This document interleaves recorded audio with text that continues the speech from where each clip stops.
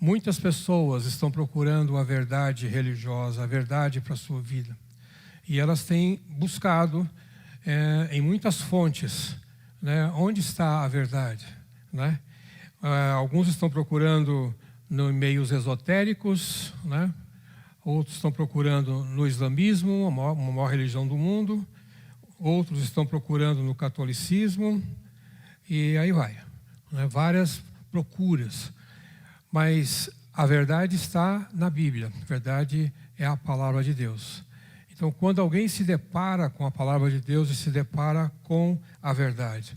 E a verdade, ela aparece muitas vezes na Bíblia, muitas vezes. E o evangelista que mais citou a verdade é o evangelista João. Ele chega a falar entre 25 a 30 vezes, usando a palavra verdade ou verdadeiro.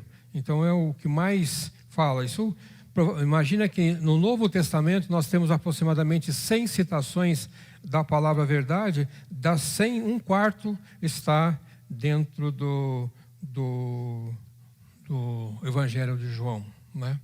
Em alguns chamam João, o apóstolo João, o apóstolo do amor e o apóstolo da verdade, porque também lá na sua carta, depois, ele ainda vai, no primeiro capítulo, ainda voltar ao tema da verdade, né? Na língua hebraica, aparece também no Velho Testamento aproximadamente 127 vezes, né? Então, o que nós podemos dizer é que esse tema é um tema muito importante na Bíblia, porque ele é citado muitas vezes, né? Nós que somos professores e pregadores, muitas vezes nós temos que tomar um certo cuidado com os textos que nós escolhemos, porque pode ser que ele apareça na Bíblia ou no Novo Testamento uma ou duas vezes, ou talvez uma vez. Então, não se pode, às vezes, fazer um sermão muito bem fundamentado quando uma passagem aparece uma única vez. Então, a gente não tem outros subsídios para poder argumentar sobre uma passagem bíblica. No nosso caso, nós temos bastante, né? E aqui eu queria que a gente pudesse, se você tiver com a sua Bíblia aí, ou quiser me acompanhar nessa figura, né? Nós temos aqui, logo no começo, no primeiro capítulo de João, uma declaração, né? Quando ele faz a introdução do livro, diferente de todos os demais evangelistas, né? Que ele declara a figura de Jesus Cristo, ele trata ele como a mesma igualdade de Deus, e aí o texto diz assim: veio para o que era seu, mas os seus não o receberam. Contudo, aos que o receberam, aos que creram em seu nome, deu-lhes o direito de se tornarem filhos de Deus, os quais não nasceram por descendência natural, nem pela vontade da carne, nem pela vontade de algum homem, mas nasceram de Deus. Aquele que é a palavra tornou-se carne e viveu entre nós. Vimos a sua glória, glória do unigênito vindo do Pai, cheio de graça e de verdade. Então, quando João dá esse testemunho, né, e foi interessante também que o nosso querido irmão Rodrigo pregou hoje pela manhã, falando dentro da primeira carta de João, ele falou das cartas de João, né? Ele faz também uma advertência, fez hoje pela manhã uma advertência de que João testemunhou, né? Os seus olhos viram a Jesus Cristo, né? Então João não estava falando de uma filosofia qualquer, mas estava falando de uma experiência. E João teve a oportunidade de ver Jesus até transfigurado, quer dizer, a glória de Jesus aparece para ele ali numa situação muito especial junto com Pedro, né, que ele vê Jesus na sua figura divina, né, nisso. Então, mas o que eu queria chamar a atenção, e até grifei para vocês ali em amarelo, né, vimos a sua glória, glória do unigênito vindo do Pai, cheio de graça e de verdade. Então, quando ele diz assim, vimos a sua glória, que glória? A glória daquele que é filho de Deus. E qual é a característica dessa glória? Glória cheia de graça e de verdade. Não é? De verdade. Bom, talvez você vai ler o texto bíblico, você que é crente, você crê nessa palavra, não vai ter muita dificuldade. Mas provavelmente se você entrar em alguma discussão fora do círculo cristão ou evangélico, ou daqueles que não têm uma fé em Deus, a pessoa vai perguntar, mas o que você fala por verdade? Né? E você vai encontrar, inclusive, textos acadêmicos falando que a verdade é relativa, ela vale para uma época, ela não vale para outra, né? Depende da sociedade, depende da circunstância, aquilo pode ser verdade, mas aquilo pode não ser verdade, né? Então, alguns tentam usar a palavra verdade de um modo relativo, de um modo que a verdade pode mudar segundo essas pessoas que defendem isso. Mas, de um modo geral, eu diria que a palavra verdade, né, ela é, antes de qualquer coisa, um atributo divino. Ele faz parte do caráter de Deus ser verdadeiro. Então, quando nós estamos falando que nós estamos buscando a verdade, em outras palavras, estamos dizendo, eu estou buscando a Deus, que é verdadeiro. Não é? E no hebraico vai aparecer a palavra emet, né? Que tem essa ideia. E a ideia que transa que é firmeza, alguma coisa que é firme, alguma coisa que é fiel. Então você podia também traduzir por fidelidade, né? Alguma coisa que é certeza, alguma coisa que tem credibilidade, alguma coisa que tem estabilidade e alguma coisa que tem confiabilidade, entre outros termos que a gente poderia usar. E agora eu pergunto para você, quantas vezes você orou pensando que Deus é fiel? Nós cantamos isso, um hino da minha época ainda de juventude, né? Tu és fiel, Senhor. Né? O que eu estou falando? Tu és verdadeiro, né? Aquele Deus que nos dá credibilidade, Ele nunca vai falhar conosco, né? Aquele Deus que, hoje, quando o pastor orou agora pelos irmãos enfermos aqui, ele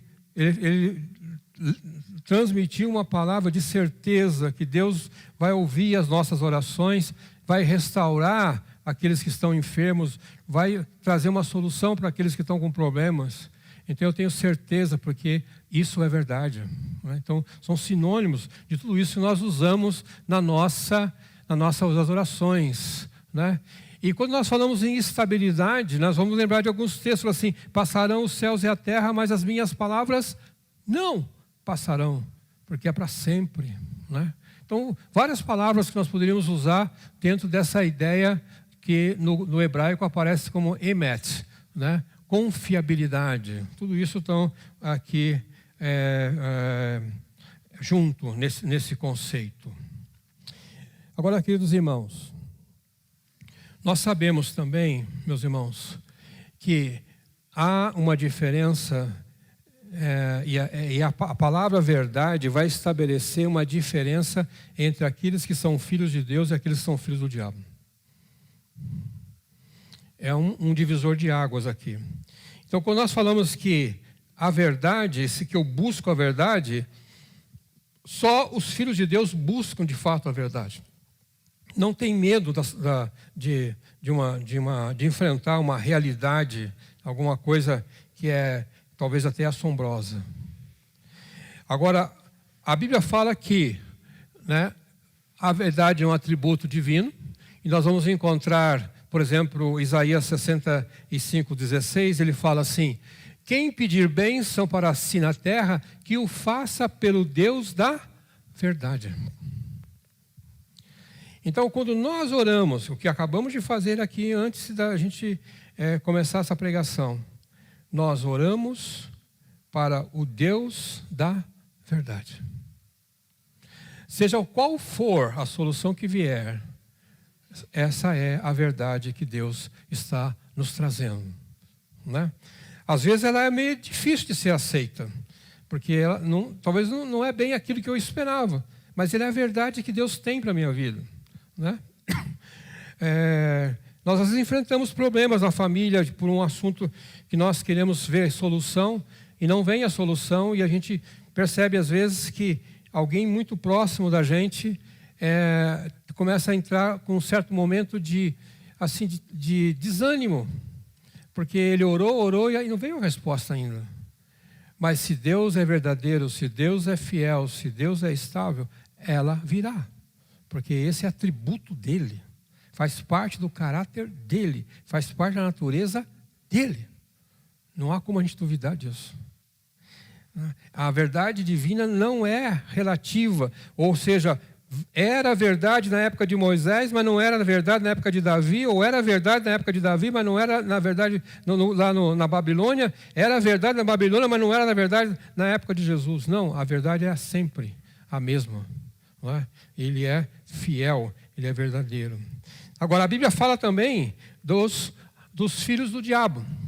Então, quando João, no Evangelho, fala sobre 8,44, ele fala: vocês são do diabo, o pai de vocês, e querem fazer o que ele deseja.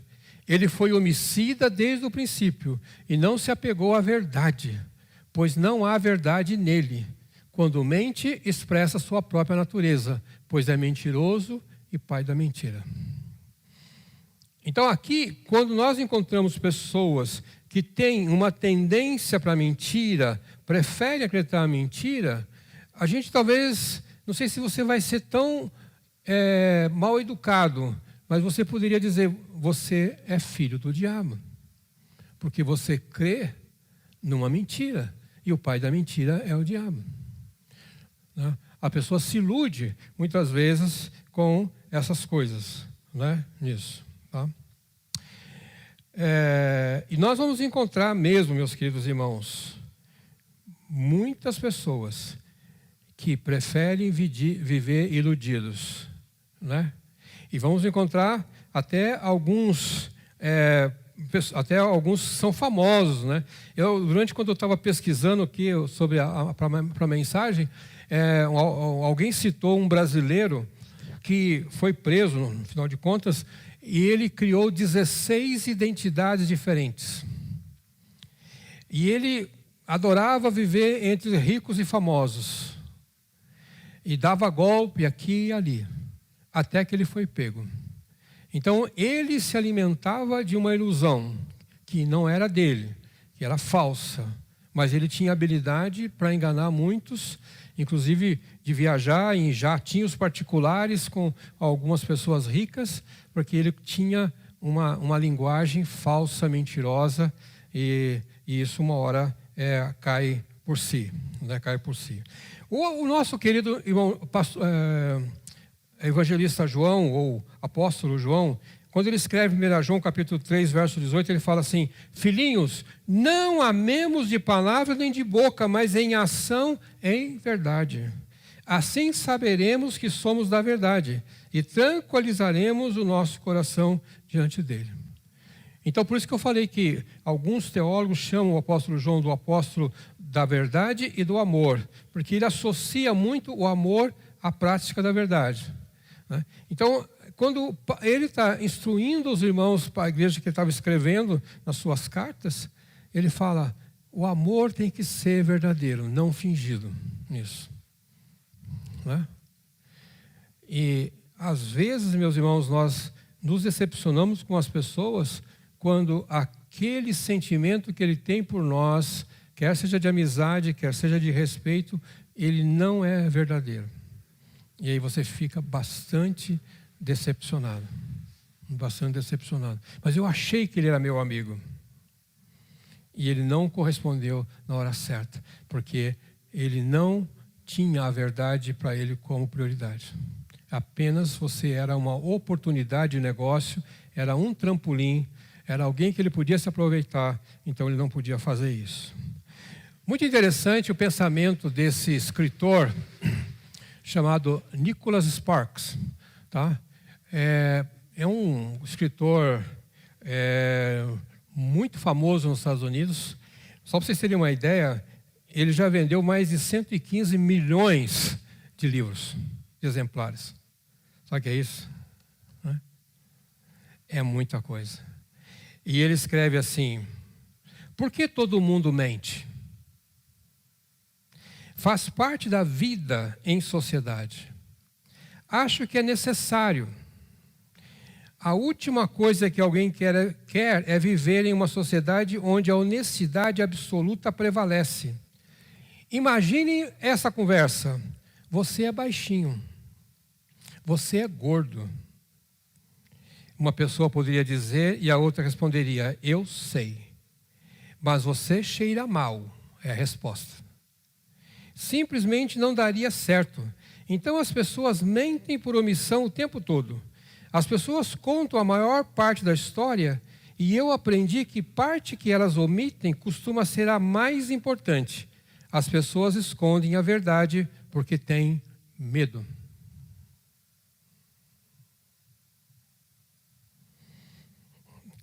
E eu creio que ele tem razão de quando você fala a verdade ou você é sincero demais. Já viram essas histórias, né, de ser sincero demais? Uma outra pessoa também, uma escritora muito famosa, escreveu mais de 300 livros, chamado Shannon Alder. Ela fala assim, os narcisistas nunca lhe dirão a verdade. Eles vivem com medo do abandono e não conseguem lidar com a própria vergonha. Portanto, distorcerão a verdade, minimizarão seu comportamento, culparão os outros e dirão o que for preciso para se manterem como vítimas. São mestres da manipulação e vigaristas, que não acreditam que você seja inteligente o suficiente para perceber a profundidade de sua deslealdade. Suas necessidades serão mais importantes de que contar qualquer verdade que não seja favorável. Então, geralmente, quando essas pessoas que preferem viver na mentira, como esse que eu já citei antes, o nome dele era Marcelo, ele criou 16 identidades diferentes, todas falsas.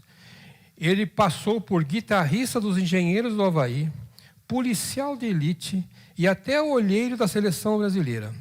Em 2001, a fama veio quando se faz passar por Henrique Constantino, filho do dono da Gol. Traído pela vaidade, pilotou jatinho com gente famosa e deu entrevista para um programa de televisão.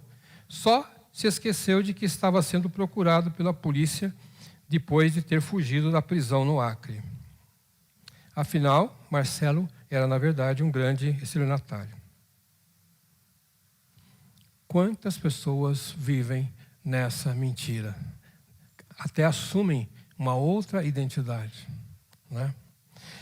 Queridos irmãos, agora vamos pensar na questão nossa bíblica, que é o mais importante.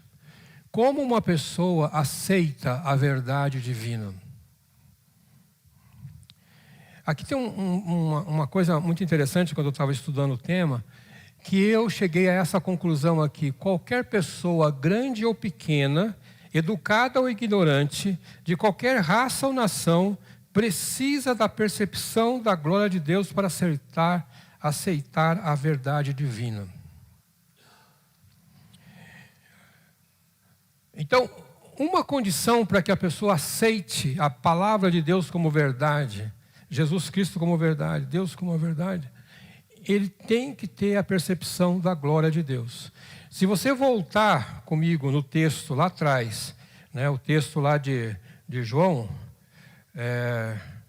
onde nós citamos lá, quer ver? Ó? Nós citamos aqui, ó, vimos a sua glória, a glória como do unigênito vindo do Pai, cheio de graça e de verdade. Então, os discípulos tiveram o privilégio de ver a glória de Deus, particularmente João e Pedro. Essa privilégio de ver Jesus transfigurado. Então, para eles, se tornou muito mais fácil crer na verdade. Mas se a pessoa não tiver essa percepção, né, vai ficar difícil ele a crer na verdade, né? Então, eu coloquei aqui para nós 3 aspectos que eu considero interessantes. O primeiro deixa eu voltar aqui um pouquinho, a glória de Deus e criação.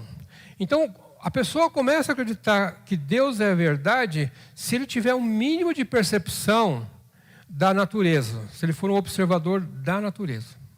O salmista diz, os céus proclamam ou declaram a glória de Deus. Então, eu diria um primeiro sinal de que alguém começa a perceber que Deus é a verdade é quando ele consegue olhar para o universo e ele enxerga aquilo e fala, mas como que isso surgiu? Quem foi que criou tudo isso com todas essas variáveis, com todas essas cores, com todas essas formas diferentes? E ele se encanta com aquilo. Então, admirar a natureza já é um primeiro passo para você começar a perceber que há alguma coisa verdadeira. E só pode ser um Criador verdadeiro. Isso aí. Se a pessoa não olha para a natureza e acha que foi obra do acaso, não consegue nem perceber a sua beleza, ele está num estado bruto, num estado assim alheio a qualquer ação do Espírito Santo de Deus. Esse é um primeiro aspecto, né? E aqui não precisa ser crente, mas muitas pessoas admiram a natureza, admiram as flores, admiram os animais, admiram isso, admiram aquilo. Há muita gente que luta pela preservação da natureza sem necessariamente crer em Deus. Ele até acha que a própria natureza é Deus, mas ele tem uma percepção disso. Um escritor falou que Einstein havia testemunhado muito mais a majestade de Deus do que muitos pregadores. Porque quando Albert Einstein começou a fazer suas pesquisas e descobrir as coisas, ele chegou a uma conclusão que havia um poder sobrenatural que criou aquilo. Apesar de ser provavelmente um dos maiores cientistas de toda a história. E há muitos pregadores, como disse esse escritor aqui, que talvez não tenham ainda se maravilhado com a glória de Deus. O outro aspecto que eu queria chamar a atenção é a glória de Deus e de Jesus Cristo, que foi o texto que nós lemos em 1 João. Ali. Vimos a sua glória. Então, primeiro eu posso perceber a natureza, isso aqui tem alguma coisa que só pode ser um poder divino que fez. Depois eu começo a conhecer Jesus Cristo, eu falo, não, ele é maravilhoso. E por fim, o próprio Evangelho, quando a pessoa se debruça sobre o Evangelho, ele também reconhece a glória de Deus. Então tudo isso faz com que a pessoa aceite com muito mais facilidade a verdade divina, a verdade da palavra. Um grande pregador, pastor, chamado Jonathan Edwards, famosíssimo, 1751 e 1758, ele era pregador e também missionário entre os índios americanos. E aí, depois de observar o comportamento dos índios, que nunca tinham ouvido falar de Jesus, que não eram cristãos como ele e todos que vieram da Inglaterra nessa época, quem sabe passando pela igreja reformada ou não, mas que tinha uma história cristã muito forte, ele escreveu assim: a menos que os homens cheguem a uma persuasão e convicção razoáveis e sólidas da verdade do Evangelho, pelas evidências internas dele, isto é, pela visão de sua glória, é impossível que aqueles que são analfabetos e desconhecedores da história tenham qualquer convicção completa do Evangelho.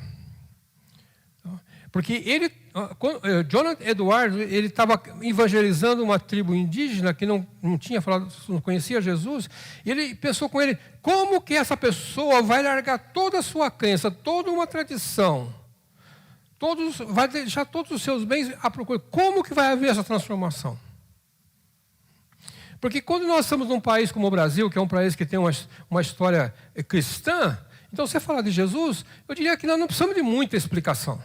As pessoas sabem disso aqui. As pessoas conhecem, sabem sobre a Bíblia. Mas pensa que você está no meio de um povo e que não tem essa percepção. Que não sabe o que é Bíblia. Como que elas vão aceitar a verdade?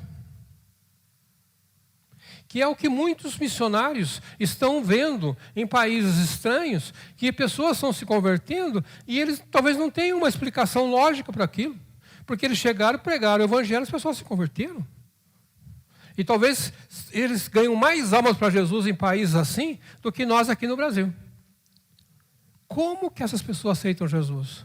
É quando elas começam a perceber que há algo extraordinário, até dentro delas mesmas, começam a incomodar, começam a fazer esse questionamento. Quem foi que criou essas coisas todas ali? E aí abre-se uma porta para o Espírito Santo trabalhar.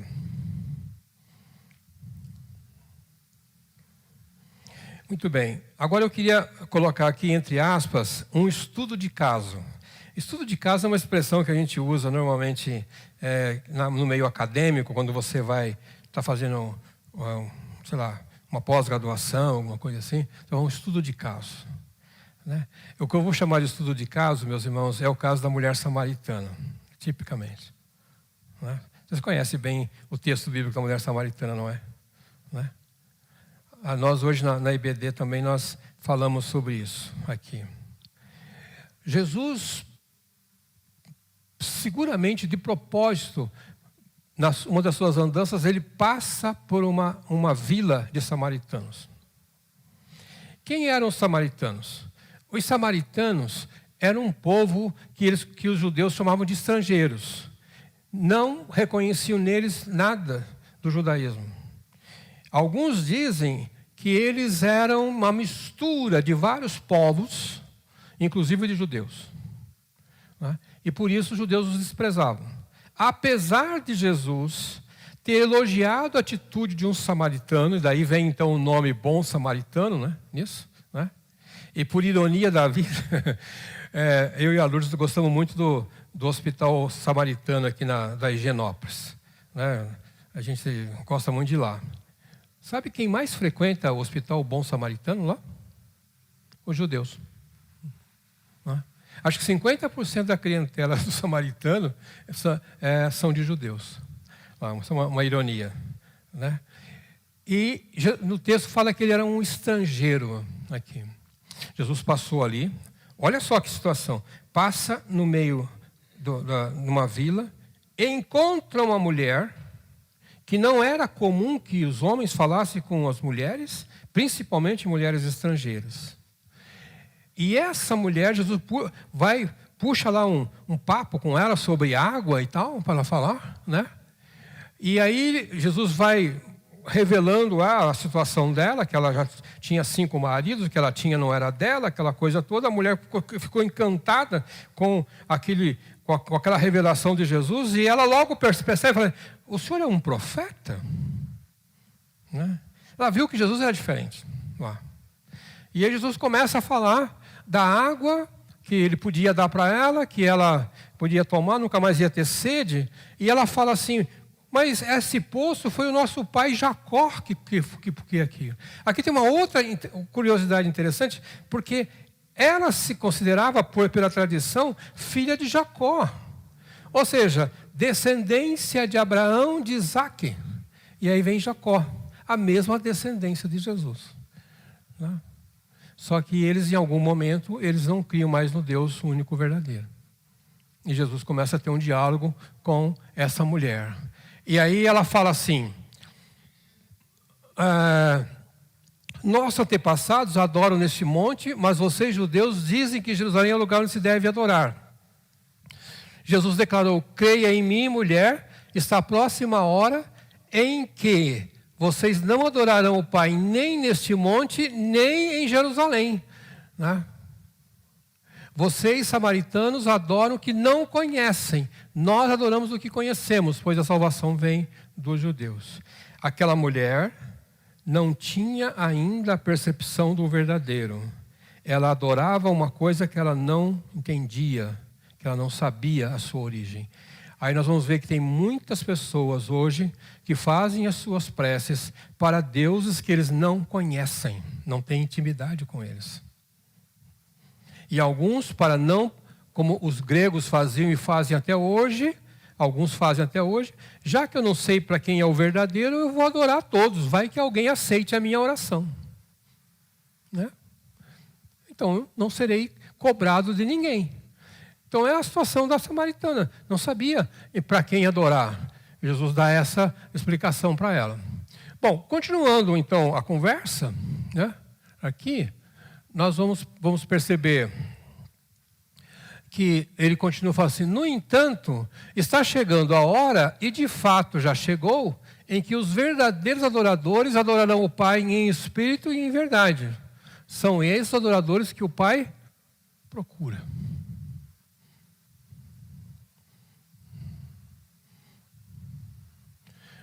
Deus está procurando pessoas que o adorem em espírito e em verdade.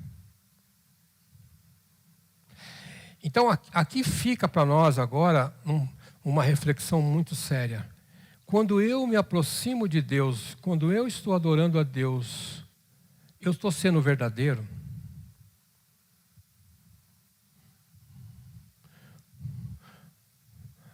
Será que eu estou sendo sincero diante de Deus, nas minhas orações?